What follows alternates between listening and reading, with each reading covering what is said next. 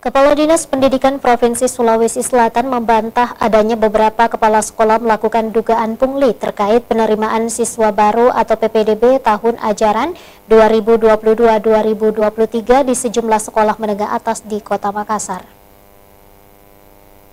Mengenai dugaan pungli terhadap beberapa kepala sekolah di Kota Makassar terkait penerimaan siswa baru atau PPDB sekolah menengah atas tahun ajaran 2022-2023, Dinas Pendidikan Sulawesi Selatan membantah hal itu. Menurutnya, tidak ada pungli saat penerimaan siswa baru, melainkan untuk memenuhi kuota usai pendaftaran online tertutup. Dengan melihat beberapa siswa yang tidak melakukan pendaftaran ulang serta mengundurkan diri, pihaknya juga menegaskan kepala sekolah berkewajiban melakukan penerimaan kembali untuk mengisi kuota yang belum terpenuhi.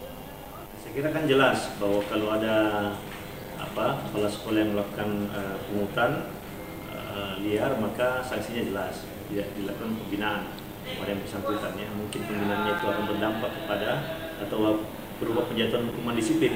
Nantinya tergantung kita lihat bagaimana kategori pelanggaran yang dibuat, dan di situ nanti kita bisa melihat sanksi apa yang nantinya akan diberikan kepada yang bersangkutan. Diketahui pihaknya akan melakukan tindakan tegas terhadap kepala sekolah yang melakukan pungutan liar dengan melibatkan aparat pengawasan internal dan inspektorat.